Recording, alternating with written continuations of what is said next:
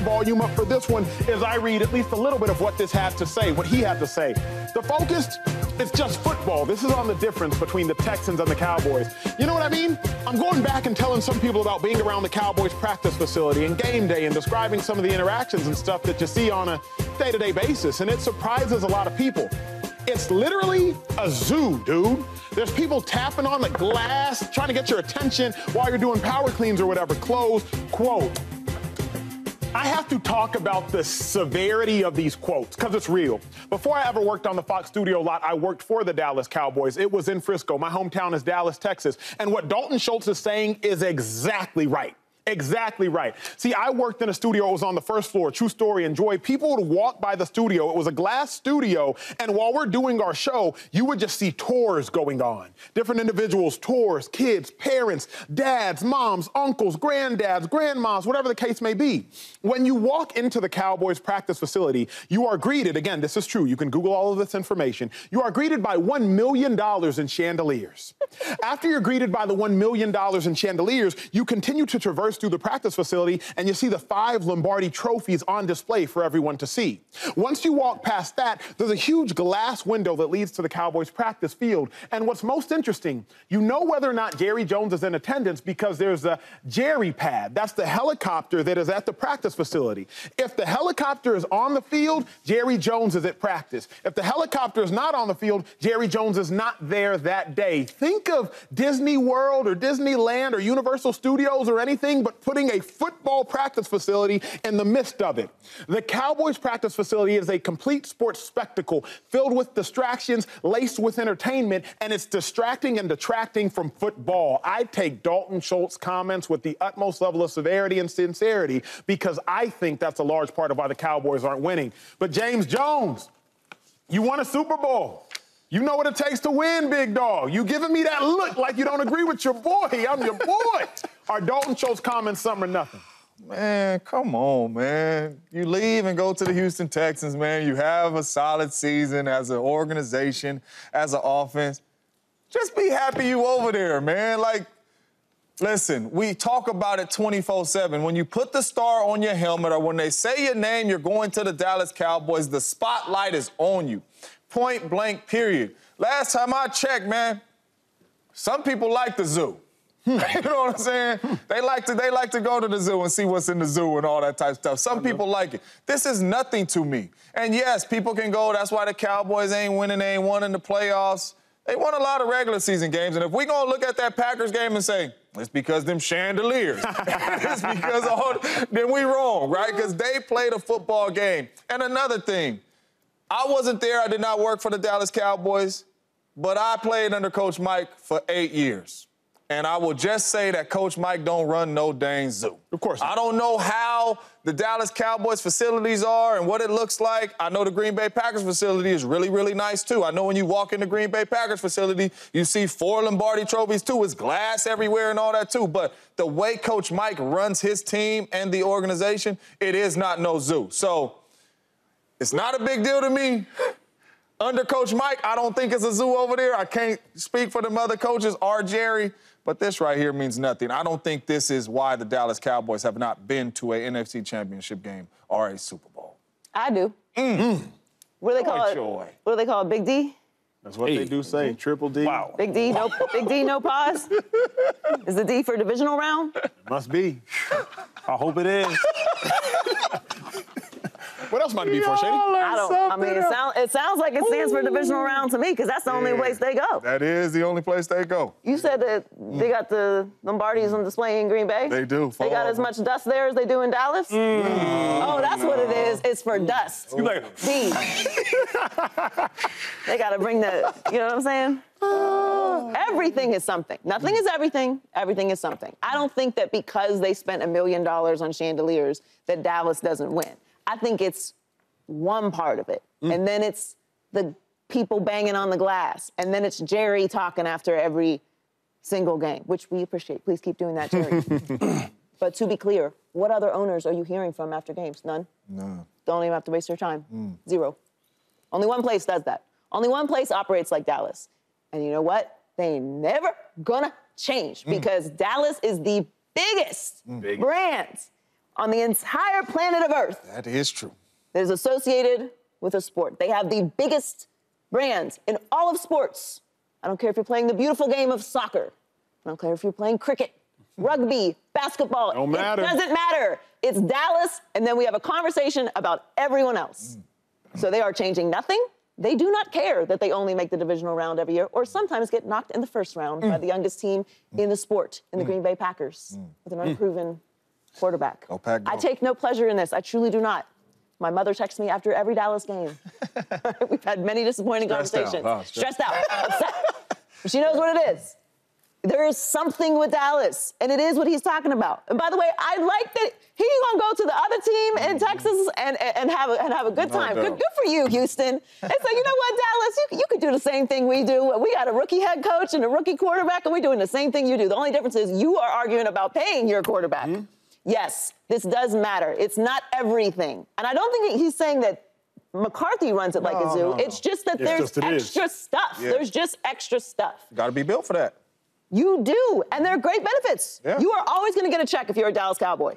At some point, you can go back to Dallas, probably not Schultz, but you can go back to Dallas, and you can make money. There's great benefits to being a Dallas Cowboy, especially if you're a star with that star on your helmet. But the evidence all points to, because we have a lot of it, that something is keeping them from winning. It's just something. We can't quite figure it out because we'd like to say it's Dak Prescott. Sure, maybe it's Dak Prescott. But they weren't doing nothing different when Dak Prescott wasn't there. Well, so this is my question, because I agree with what you're saying for the most part, and I agree with some of the things he's saying for the most part. They've always been America's team. Yes, sir. Since way back then to now. So what's the difference? They won championships back then when they were at the zoo and it was America's team, and everybody can't wait to be a Cowboy. Let's not forget, like it wasn't the place to what team they want to be with or who was the most popular team in football. It's always been the Cowboys. And they were winning championships back then. So what's the difference now? They're still the popular one, still America's team. That's the only difference. That's the only difference. So what I'm saying is I don't think the brand is being that big and being that popular, that's the reason why they're not winning games. That ain't the reason. Because they already, but that's what I'm saying. They already been that. They already been America's team. They already been super popular. Jerry Jones been talking. People been writing about it. This is what happened already, though. So what's the difference between now and then? It's still been America's team. It still was a zoo. Right? Now, I do think that the elephant in the room may be Dak Prescott. I do think that. Well, I'm just speaking in general. I just think that there's nothing wrong with the way that they're ran, right? It's a big brand. Players coming out of college would love to play for the Cowboys. Big exposure, big hype. Guys are not that good. They get way more exposure than if they were that good, right? And guys that are good, they make them as super, super great players. So I don't mind the brand of it. I just think this is a scapegoat because they're not winning games, this and that, so they won't make it a big thing. Like, oh, my God, it's a zoo over there. Everybody's, you can't go nowhere because of the Dallas Cowboys. It's been like that for years. Shady, I got a question, and I think this is a Shady and James Jones question, parents at the desk. I was reading a book, David and Goliath, Malcolm Gladwell, and it talks about the dichotomy between growing up as a lower-class child to now becoming an incredibly wealthy parent. How do you raise kids as a wealthy parent? It's hard. Because 2-5 wants to fly first class. So does his son fly first class too? Because growing up, 2-5 didn't fly first class. James Jones wants to fly first class. But does James Jones' two boys fly first class? Because growing up, James Jones didn't know nothing about first class. So James Jones had to get it out the mud, but his sons ain't got to get it out the same mud. There's a rub there. It's hard to raise kids as a wealthy parent counterintuitively because you're like, wait, but you got money. How you going to tell me it's hard to raise kids as a wealthy parent? I think that might be the dilemma that the Dallas Cowboys are in. I grew up in Dallas. The old practice facility was Valley Ranch. Valley Ranch was not one Cowboys way in Frisco. It was not. The Cowboys opened the Star, that practice facility, in 2016. I retired from the NFL in 2015, 2016. My first year working for the Cowboys was in 2016 when they had the practice facility.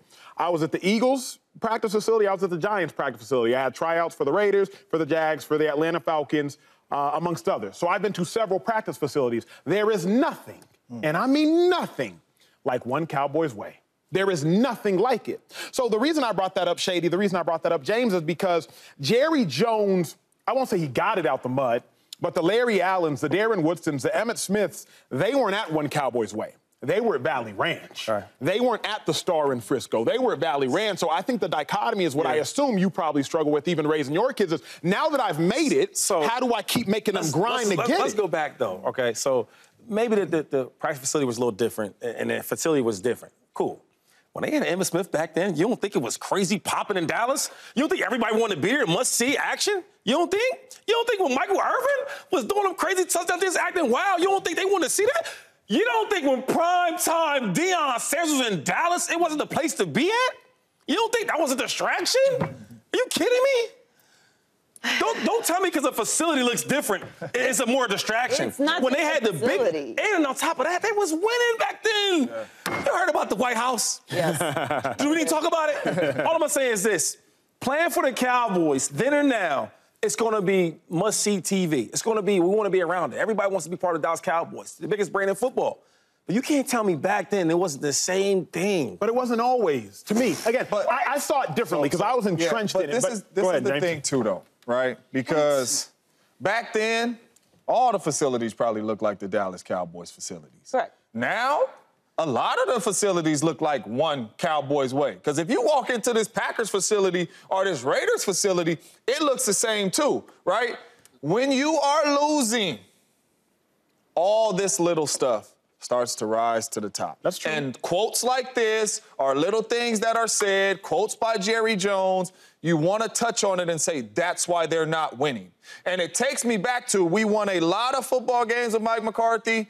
We won a Super Bowl with Mike McCarthy and Aaron Rodgers. Once we started losing, what kind of plays they running? The same plays we ran when we won a Super Bowl, the same plays we ran when Aaron won 3 of these MVPs and all that type. Those are the same plays, but when you start losing, this stuff starts to rise to the top. You want to touch on facilities. You want to touch on Jerry Jones talking. You want to touch on Mike McCarthy's play calling. There's a lot of things that you want to touch on. But with all that being said, you are a Cowboy. You have to embrace all that. This is what comes with being a Cowboy. Point blank, period. Some people are built for it. Some people are not. There are college facilities that better than all the pros. Like Bama's facility, it's nice. Yes. It's nice. You could order like food from an app and they bring it to you. The facilities are not the point. The point of what he's saying is there's extra stuff. And they haven't just started losing. They've been losing. They're always competitive. They're always in the conversation. But then something happens and it all falls apart. I jokingly put up that Cowboy cycle thing, right? Like, it's our year. We them boys. Disappointment in the playoffs. Because there's always this extra energy with the Cowboys. The Houston Texans had a very, very nice season this year, right? And we gave them some flowers, and we were upset that D'Amico Ryans didn't win Coach of the Year, and we talked all about what they were able to accomplish. The dichotomy of going to the Houston Texans with a rookie quarterback and a rookie head coach in a place that doesn't get the attention that Dallas gets, and having better results. That is what he's talking about. So I don't think he is indicting the Cowboys as a whole because they have nice facilities that stay clean and display the trophies. It's about the fact that with Dallas, there is this expectation that every single year they are supposed to be in the Super Bowl and supposed to win the Super Bowl and supposed to be in that competition. Where are they? The divisional round, or they get knocked in the first round every single year. So it's but hold up. But my question is that they've been that. They've been having high expectations back in the day. They had that. And but the difference was you're winning. So when you're not winning, like James said, everything matters. But what I'm saying is, this is why what Schultz is saying, I don't really care for it. Because they've been the most popular team in football. Everybody always want to go to the game. Everybody want to talk about it. They've been a distraction because how big they were. But so my thing is, they were winning championships then. No, they're not now. So it's a big deal. To me, it's there's this level of entitlement with the present Cowboys. I'll speak of it because the same team in Texas, my Texas Longhorns, we saw parallels. Mm-hmm. What got us there was grinding before all the attention. Then after we had all the attention, we had 10 consecutive seasons with 10-plus wins. Then after we got all the attention, the recruits would come in and they thought they was hot because of what we did. So now you're not winning because people are instantly praising you for what Vince Young did, what Jamal Charles did, what Roy Williams did, what Colt McCoy did. In Dallas, you come in and you hot because of what Mike Irvin did, what Larry Allen did, what Emmitt Smith did, what all of these people, Jimmy Johnson, what Woodson did. Which happened in the 90s. So, Shady, the only place where it's not that I do disagree because I can't agree with you with confidence because I don't remember. It was 91. I was born in 90. I think the Cowboys became a spectacle as they were winning. Can I get in on this, though? Please do, because at every point during a season, we have a conversation about, is this the Cowboys' year? Is this the Cowboys' team? Why aren't we talking about a zoo when they winning? That's why we're not talking about a zoo. So, yeah, you get in the playoffs and you end up laying an egg and not playing well, and you can blame that on whoever you want to blame it on.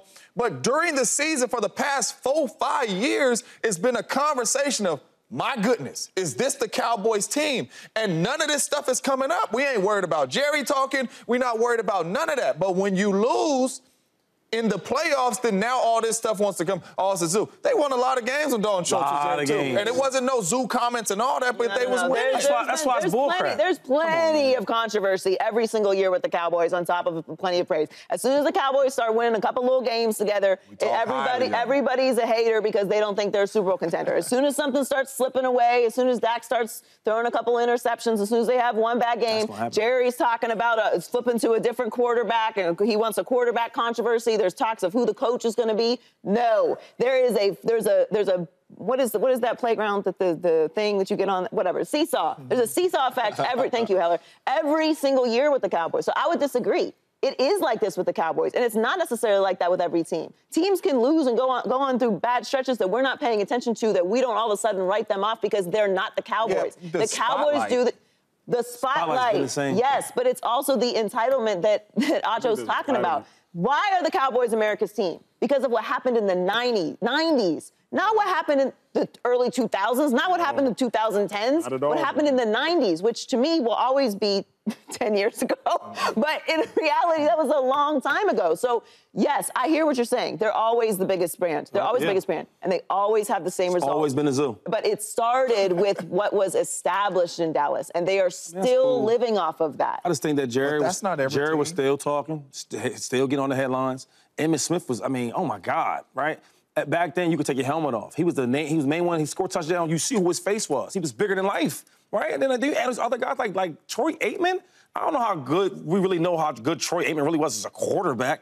But God Almighty, we thought he was the way they hyped him up. Am I tripping? Okay. Not tripping. Michael, I can go on for hours about the players. All I'm saying is that it's been a zoo. It's always going to be a zoo. Back then and now, my thing is they was winning. Find a way to win. Subscribe here to get the latest from Speak, and go watch a few segments from our other shows on FS1.